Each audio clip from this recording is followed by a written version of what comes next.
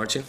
I wondered if Alan could help us. I'm just wondering what the responsibility of Strategic Policy Division was in relation to these matters. Maybe you can bring us up to date with that, or and I don't know if you were there throughout this whole process. It was a lengthy process, but what was Strategic Policy Division supposed to be doing? What was it doing? Well, first of all, I wasn't there through this process, like David. I suppose in terms more generally of what Strategic Policy Division's function is, I suppose first of all I should say that banking and regulation of financial services is a reserved matter. So in that sense, the legislative authority in that area rests with the UK government. However, given sort of the strategic importance of banking and financial services, which is recognised in the executive's own economic strategy, we have sought on behalf of the department to engage with a range of financial institutions operating in Northern Ireland. Including NAMA, of course. Including NAMA? Well, NAMA is an agency of the Irish government. But so they're operating here, but did the Strategic Policy Division have any input with NAMA directly? Well, no. Okay. No. All right. Yeah. Other than in terms of providing advice to the Minister on, in terms of preparing for the meetings, etc. So, but go ahead. So your Strategic Policy Division, I mean, what involvement did it have with that? Have with this process, if any? The process of the sale of the NAMA portfolio, and the many instances of advice from well, as the Department of Ministers. As David has already said, Strategic Policy Division had no role in the sale of the NAMA phone book. You have a view on it? That's regardless. It's not relevant regardless. in the sense. Did you have a view on let Alan answer? Did you have a view on this process? Because you can't say that it's a matter for NAMA.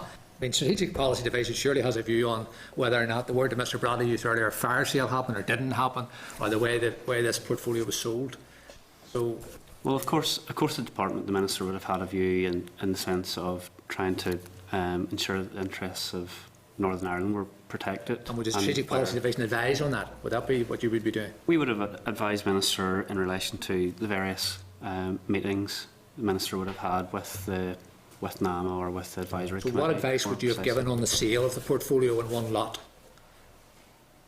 We wouldn't have given advice on the sale of the portfolio. The department wasn't consulted about the sale. But obviously you had a view, and you did give advice because the Minister had a view on it, and the Minister was obviously taking advice from people, and as David said earlier, it was a common view that it shouldn't be sold immediately, that there needed to be some control over it, over how it was disposed of.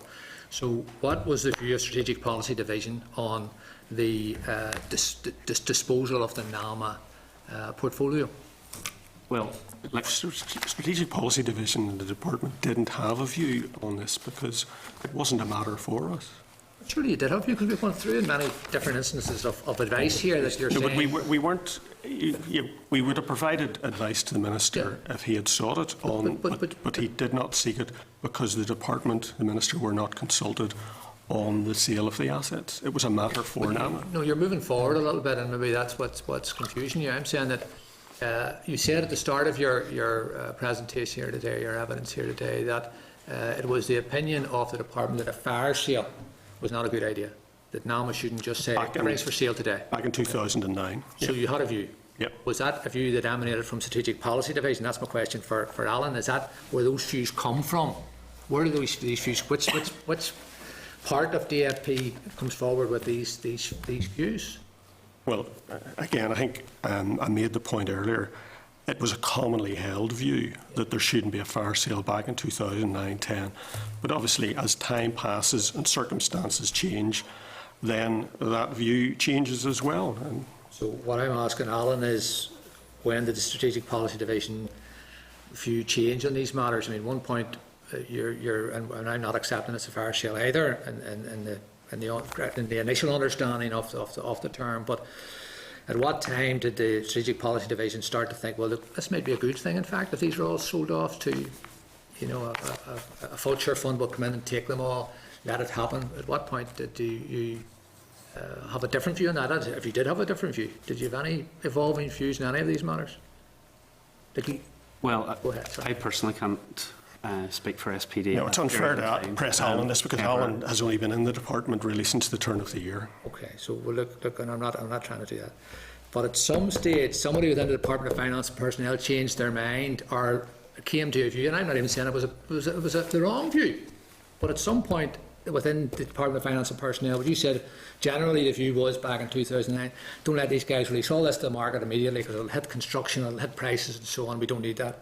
But at some point the view changed, and within the Department of Finance personnel somebody started to say, well, actually, if this was sold to a vulture fund, this might be okay. This might be the way for this to be disposed of. And in fact, several ministers in the executive weighed in and said, this is good for our economy. So what I'm trying to find out, at what point did the Department of Finance and personnel change its mind or come to this view?